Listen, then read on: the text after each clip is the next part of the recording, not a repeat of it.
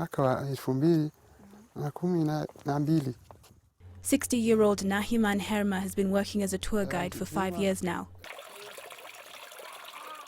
He's also the custodian of one of the sources of the Nile. The government paved the site in 2012. Before that, the water would just seep from this mountain known as Jikizi. If you were wondering how this place was first discovered, the story goes like this. There was an explorer by the name Dr. Kathryn Omwandho who started walking from Egypt in 1930.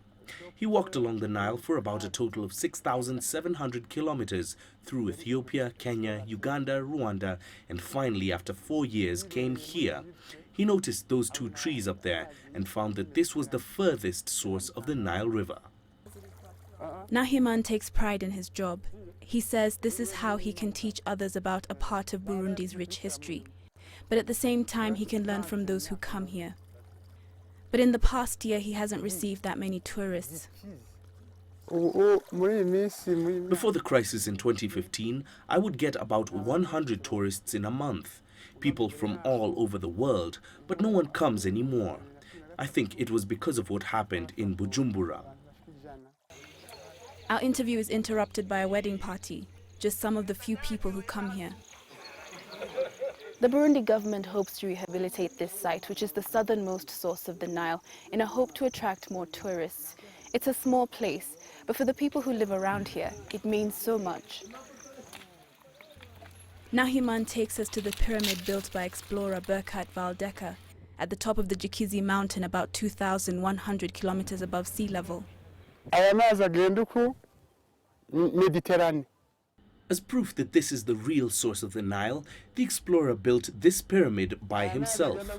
The water flows in 2 directions, towards the north to Egypt and to the Atlantic. He discovered the source in 1934 and built this monument in 1938.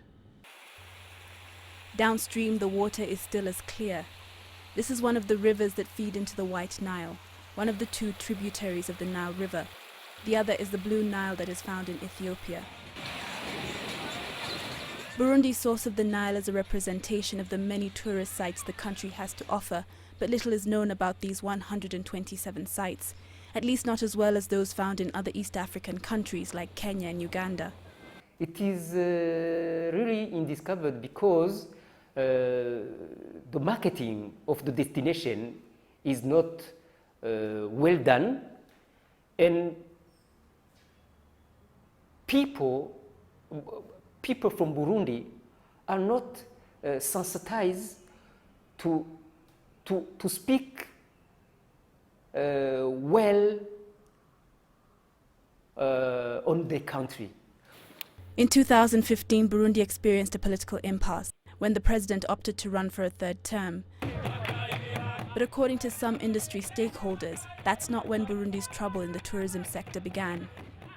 By the beginning of 2015, Burundi had about 380 hotels. 122 of them can be found in the capital Bujumbura, with no tourists to occupy the at least 6,000 rooms available. The political crisis only worsened the situation, causing a 79% drop in the number of tourists coming into the country. About 35% of those working within the tourism sector have lost their jobs. 80% of those who took out loans to build hotels are 5% of the country's GDP. Given the country's economic difficulties, the industry is looking to private investors to help revive the sector. All the touristic sites who are identified must be developed by private people through a private-public partnership. Burundi is now known as the country undergoing political turmoil. Years back, it was the country ravaged by civil war. Some say the government has a long way in restoring the country's image. The success of its tourism industry depends on it. Kathryn Omwandho, CGTN, Bujumbura, Burundi.